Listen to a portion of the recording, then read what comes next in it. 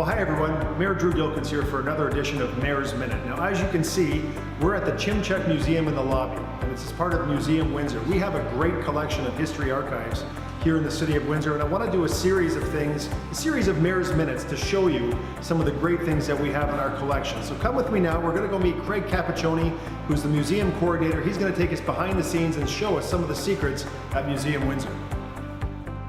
So I'm excited to be here. I'm a big, passionate fan of our local history. I love the things that we've done here in the city and the history that we have going back to the 1700s and Sandwich Town. And I know we have a vast collection of things in the store here. What do we have? What kind of things do we have? How many pieces do we have that we can't show at any given time? That's a good question. There's over 10,000 artifacts that the museum currently has in storage here at the Francois Bobby House. And if you're interested, I can show you a few today. Let's go take a look.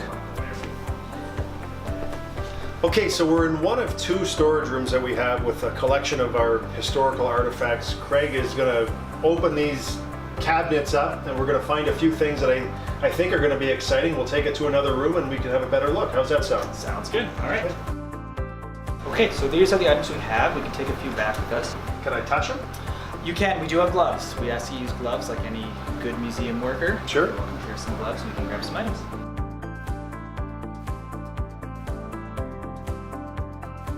Now, what is this? So this is a very interesting piece. This is actually from the Windsor Police Service. We just finished an exhibit with them last summer. 150 years they were celebrating. This is actually the slasher letter, as it's called. So the slasher killer was a serial killer in the Windsor area in the 1940s, 1945, 46. And this is the letter he wrote to police after they were kind of dumbfounded as to who it was or how to find him. They received this letter in the mail. So this is what we have here is an envelope here with the letter, and obviously it's, the black looks like it might be fingerprint powder or something. Is that what this is? That's exactly it. Yep, they fingerprinted to see if they could find out who may have sent it. And so is this the original letter? This is the original letter, yes. So this was, for history's sake, again, as Craig said, 1945, 46. This person who went around, who they did find sometime around 1946, and he did kill a couple people with a knife and injured some others. And he's saying, "Dear sirs, this is a challenge to you. I will strike in the near future." And then on the next page he says, "Please forgive me, but these people have destroyed my whole life." And it almost looks like it's written in a colored pencil or a crayon, but interesting. So do we have this on display as part of the police exhibit? This was on display, yep. Okay. So last summer this was one of the items that they loaned us to put on display. Not all history is favorable, for sure, and this is one example where back in the 40s something unfortunate happened in the city of Windsor, but again, an important part of our history.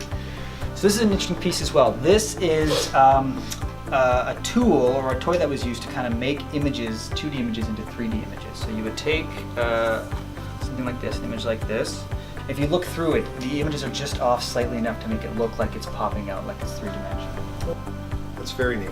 Hard to tell with the camera, but you get a 3D image because of the offset nature of the two photos. So very interesting, and then there's a whole stack that people can go through, and I imagine it was a lot of fun at the time too. So this is great. What a great collection we have. This is going to be the first visit of a couple that we'd like to do to see some of the collection that we have. And I know I've been in the basement at the Francois Bobby House, which is an absolutely incredible place. And we have a whole lot more down there than I think we have even at the Chimczuk Museum in terms of our storage. So next time, we're going to take you in the basement at the Francois Bobby House. So join us for another edition of Mayor's Minute.